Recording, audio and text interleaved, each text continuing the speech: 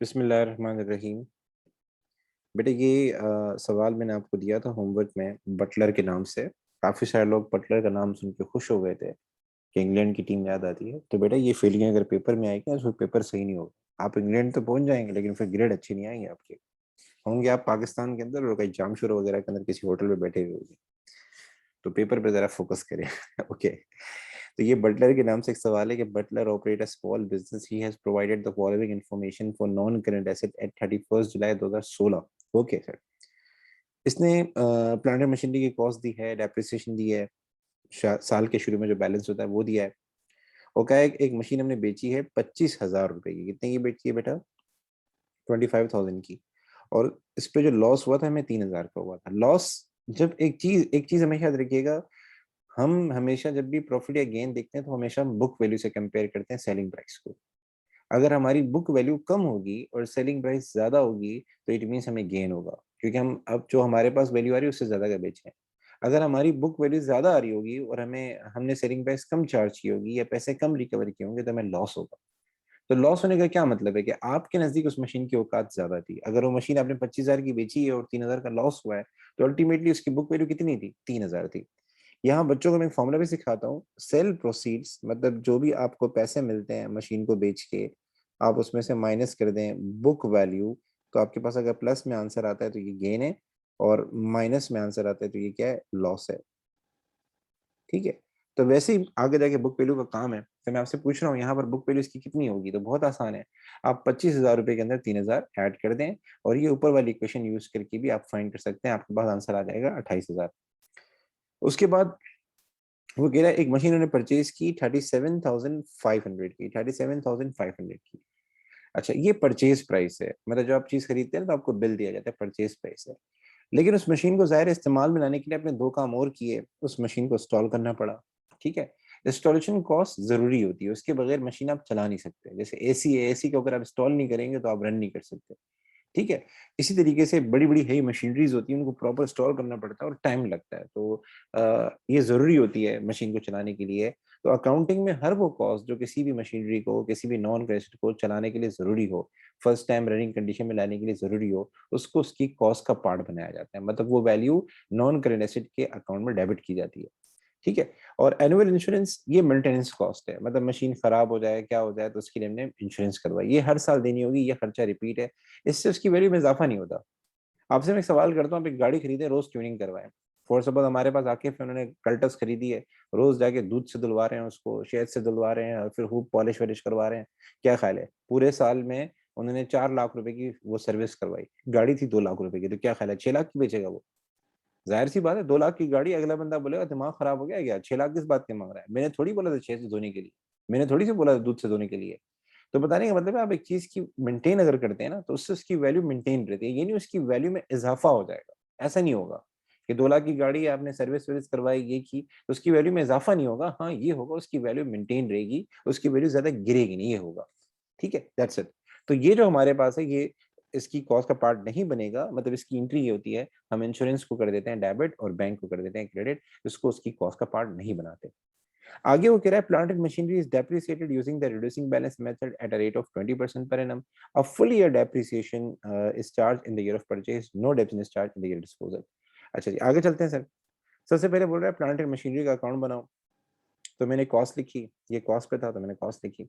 उसके बाद एक चीज और, जो हमने अगली मशीन खरीदी है ना, आपने क्या करना होगा, टोटल उसकी कॉस्ट कैलकुलेट करनी पड़ेगी। मतलब परचेज प्राइस में अगर कोई लीगल एक्सपेंस हमने बेयर किया है वो भी ऐड करें, कोई हमने इंस्टॉलेशन एक्सपेंस बेयर किया है तो वो भी ऐड करें, कोई हमने डिलीवरी या कैरेज इनवर्ड हमने बेयर किया है तो वो भी आप ऐड करेंगे। ठीक है ना, कोई डिलीवरी एक्सपेंस हमने बेयर किया तो वो भी ऐड करेंगे। तो हम क्या करेंगे, इसके अंदर ये इंस्टॉलेशन एक्सपेंस ऐड करेंगे 37,500 में 4,500, और ये हमारे पास टोटल आ जाएगा 42,000, हम यहाँ डेबिट कर देंगे। यहाँ बच्चे एक मिस्टेक करते हैं, इसको अलग अलग करके लिखते हैं, ऐसे नहीं करें। हमें यहाँ टोटल कॉस्ट लिखनी होती है, हम अलग अलग करके नहीं लिखेंगे कि 37,500 अलग करके लिखें और 4,500 अलग करके लिखें, ऐसे नहीं करें। वो सिर्फ पार्ट एक्सचेंज में होता है। ठीक है। तो हमारे पास इस साइड का टोटल करेंगे, ये आ जाएगा 2,37,000। लेकिन हमने एक मशीन बेची भी है और ये अकाउंट कॉस्ट पे बनता है तो उसकी कॉस्ट ही आएगी। अब जो मशीन हमने बेची है उसकी कॉस्ट इसने नहीं दी। हमने 25,000 रुपए की हमने बेची है, 3,000 का लॉस हुआ था, बुक वैल्यू 28,000 थी। और 1 साल इस्तेमाल करके बेचा है। क्या मतलब? ये मैंने एक टाइमलाइन बनाई है उस मशीन की। वो मशीन हमने खरीदी थी 28 मई 2016 को और जुलाई 2017 को हमने बेची है। डेट नहीं दी हुई तो मैं अज़्यूम करूँगा 31 जुलाई 2017 को बेची है।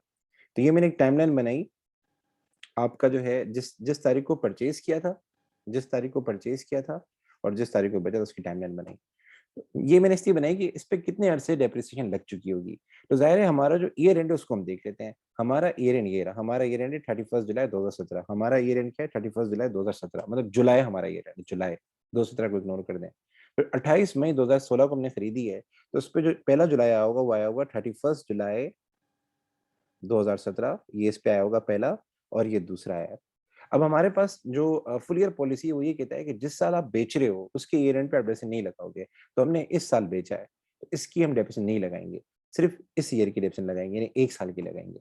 तो अकॉर्डिंग टू दिस ट्रीटमेंट इस मशीन को 1 साल हो गया है, मतलब आप 1 साल डेप्रिसिएशन इस मशीन पे चार्ज कर चुके हैं। आपके पास बुक वैल्यू आ रही है, डेप्रिसिएशन चार्ज हो चुकी है। 1 साल हम डेप्रिसिएशन चार्ज कर चुके हैं और हमें फाइंड करनी है, इसकी कॉस्ट फाइंड करनी है, तो उसको कैसे करेंगे? तो उसके लिए मैं एक चीज़ बता दूँ आपको, इससे आपको थोड़ा फ़ायदा हो जाएगा। देखें ये हमारे पास कॉस्ट है, एक मशीन है उसकी कॉस्ट है हमारे पास 10,000, ठीक है? और हमने क्या किया, उस पे डेप्रिसिएशन लगाई, हमने उस पे डेप्रिसिएशन लगाई 10%, ठीक है? ये हो गया 1000, आपने इसमें से 1000 क्या किया, माइनस किया। बाकी कितना बचा? बाकी बचा 9000, रिड्यूसिंग बैलेंस मेथड की बात कर रहा हूँ। आपने दोबारा इस पे क्या किया, 10% लगाया। ये कितना आ गया सर? ये आ गया 900। बाकी कितना बचा? बाकी आपके पास आ गया, अगर हम इसको माइनस कर देते हैं 900 को, तो आपके पास जो रिमेनिंग अमाउंट होगा वो 8100 होगा। ठीक है? 2 साल डेप्रिसिएशन चार्ज करने के बाद। अब मैं आपसे पूछता हूँ इसकी कॉस्ट क्या होगी? अगर रिड्यूसिंग बैलेंस मेथड हो और तो मुझे बताएँ इसकी कॉस्ट क्या होगी? तो एक चीज़ याद रखा करें, वो ये कि देखें हम डेप्रिसिएशन कैसे निकालते हैं? आप लोग कॉस्ट लिखते हैं, पहला साल है, कॉस्ट को मल्टीप्लाई करते हैं परसेंटेज से, तो आपके पास क्या नाम है, डेप्रिसिएशन आ जाती है। लाइक मैं इधर बताता हूँ, पहला साल था, आपने कॉस्ट लिखी, कितनी थी? 10,000, उसको मल्टीप्लाई किया 10% से, तो आपके पास क्या आ गई डेप्रिसिएशन, वो कितनी थी? ₹1000 थी। ठीक है? यहाँ तक मेरे साथ है। अच्छा जी, और आपने ये इसकी जो है वैल्यू भी फाइंड कर ली, बुक वैल्यू कितनी आ गई? 9,000। तो सर क्या हम बुक वैल्यू डायरेक्ट फाइंड कर सकते हैं? एक सवाल पूछ रहा हूँ, क्या हम डायरेक्ट फाइंड कर सकते हैं? Yes sir. अगर डेप्रिसिएशन जो है वो 10% है, डेप्रिसिएशन कितनी है? वो 10% है, तो हम सबको पता है अगर हम डेप्रिसिएशन को हटा दें, तो बाकी जो वैल्यू आएगी, लाइक इस कॉस्ट में से हमने डेप्रिसिएशन हटाई तो ये बाकी वैल्यू 9,000 आ गई। ये क्या है? बुक वैल्यू है। तो अगर हमें बुक वैल्यू डायरेक्ट फाइंड करनी हो, तो हम सिंपली क्या करें, हम सबको पता है बुक वैल्यू जो है वो 90% होगी। 10% डेप्रिशिएट हो रहा है, एक चीज़ 100% के बराबर है, 10% डेप्रिशिएट हो रहा है, तो इसका मतलब है बुक वैल्यू कितनी होगी उसकी? 90% होगी। अगर आपको याद हो कि डायरेक्ट मटेरियल 10% सस्ता हो गया, हम 90% से मल्टीप्लाई कर देते। डायरेक्ट लेबर 5% सस्ता हो गया, हम 95% से मल्टीप्लाई कर देते। तो जब किसी चीज़ की वैल्यू कम हो रही हो और हमें रिवाइज़ वैल्यू फाइंड करनी हो, तो बड़ा आसान तरीका होता है, आप 100 में से क्या कर दें, उतनी परसेंटेज माइनस कर दें। तो अगर हमें बुक वैल्यू डायरेक्ट फाइंड करनी हो, तो मैं सिंपली क्या करूँगा, मैं इसको 90% के साथ डिवाइड मल्टीप्लाई करूँगा, तो आप देखेंगे क्या आंसर आ जाएगा, मेरे पास 9,000 आ जाएगा। तो इसका मतलब आप देख सकते हैं यहाँ मैंने क्या किया, मैंने कॉस्ट लिखी, कॉस्ट को मल्टीप्लाई किया बुक वैल्यू की परसेंटेज से, लाइक 10% डेप्रिसिएट हो रहा है, तो इसका मतलब 100 माइनस 10 90 हो जाएगा। तो हमारे पास बुक वैल्यू कितनी आ जाएगी? 9,000। तो इसके ज़रिए एक फ़ॉर्मूला हमारे पास आया, वो ये आया, अगर हम बुक वैल्यू जो हमें बुक वैल्यू दी हुई है, वो लिखें डिवाइडेड बाय ये जो चीज़ है आपके पास, ये जो चीज़ है ये देखें, ये परसेंटेज अगर इसको यहाँ लेकर आ जाएँ, मतलब जो भी हमारी बुक वैल्यू की परसेंटेज है, अगर उसको यहाँ पे लेकर आ जाएँ, तो हमारे पास उसकी कॉस्ट क्या हो सकती है? फाइंड हो सकती है। ठीक है? फॉर एग्ज़ाम्पल अगर पेपर में आपको बोलता है हमारे पास एक चीज़ है ₹9,000 की और वो 10% डेप्रिसिएट हो चुकी है, ये बताएँ उसकी कॉस्ट कितनी होगी? आप सिंपली क्या करें, आपको मैं सामने यहाँ पे वर्किंग करके दिखा रहा हूँ, 1 मिनट वेट कीजिएगा। आप क्या करें, आप लिखें 9000, ये बुक वैल्यू है, इसको डिवाइड कर दें किससे? 90% से कर दें, आपके पास कितना आ जाएगा? आपके पास 10,000 आ जाएगा। ठीक है? यहाँ तक मेरी बात क्लियर है? ठीक है। अच्छा सर आपके पास पेपर में अगर 2 साल का दिया हो तो क्या करेंगे? तो एक चीज़ यहाँ पर याद रखें, यहाँ पर जो ये 10% लग रहा है ये सेम अमाउंट पे नहीं लग रहा। 10% जो है ये लग रहा है पहले 10,000 पे एंड देन 10% लग रहा है 9,000 पे, यानी कि जो परसेंटेज है सेम अमाउंट पे नहीं लग रही। इसमें फिर हम डायरेक्ट इस तरह नहीं कर सकते कि 8,100 को आप डिवाइड कर दें 2 साल डेप्रिसिएशन भी है 20-20%, 80%, ऐसे नहीं कर सकते क्योंकि वैल्यू सेम नहीं है, वैल्यू सेम नहीं है, वैल्यू डिफरेंट है। लाइक मैं आपको सिंपल बोलता हूँ, आप 10,000 को मल्टीप्लाई करें 90% से आपके पास क्या आ जाएगा? 9,000।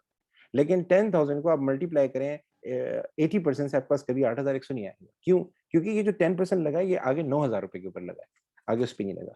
तो अगर आपके पास बुक वैल्यू फाइंड करनी और कॉस्ट फाइंड करनी है रिड्यूसिंग बैलेंस मेथड में, और आपको वैल्यू दी गई हो 2 साल बाद, आपको बुक वैल्यू दी गई हो 2 साल बाद, तो आपने क्या करना पड़ेगा, 2 बार आपने इस काम को करना, रिपीट करना पड़ेगा। क्या मतलब? आप बुक वैल्यू लिखें, 2 साल बाद बुक वैल्यू कितनी है बेटा? ये रही दी हुई। 2 साल बाद कितनी है सर बेटा? 8,100। 8,100 को करें 90% से डिवाइड, आपके पास आंसर आ जाएगा, अल्लाह भला करे, आपका आंसर आ जाएगा 9,000। कितना आ जाएगा? 9,000। इस 9,000 को दोबारा डिवाइड करें 90% के पास, आपके पास आ जाएगा 10,000।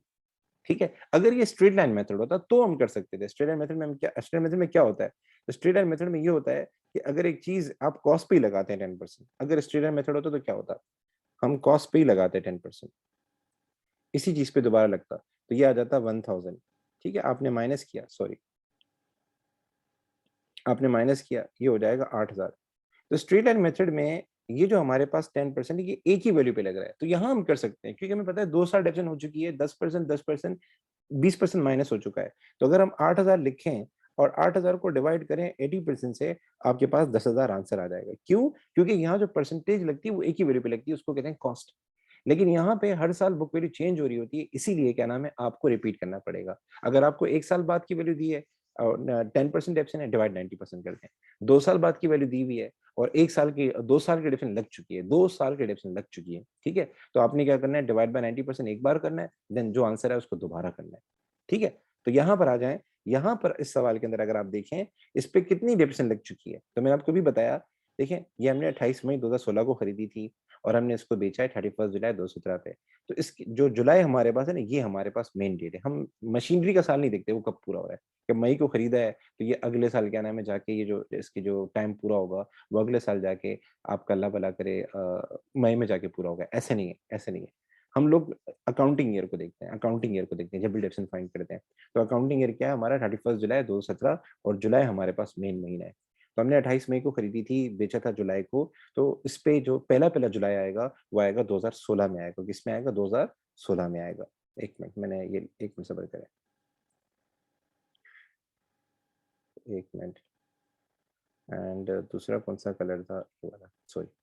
तो इस पे जो पहला पहला जो आएगा वो आएगा 31 जुलाई 2016, देन आएगा 31 जुलाई 2017। और फुल ईयर मेथड है, तो फुल ईयर मेथड में जिस साल हम बेचते हैं उस साल नहीं लगाते। इसका मतलब सिर्फ इस पे 1 साल की डिडक्शन लग चुकी है, 1 साल की लग चुकी है।